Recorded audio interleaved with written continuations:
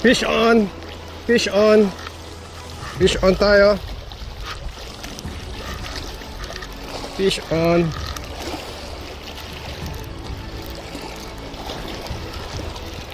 Wow! Wow! There are two of them, man.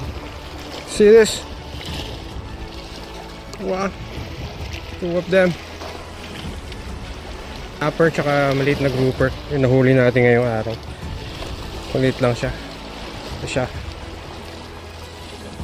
So guys, good size na rin yung snapper. Okay na rin siya.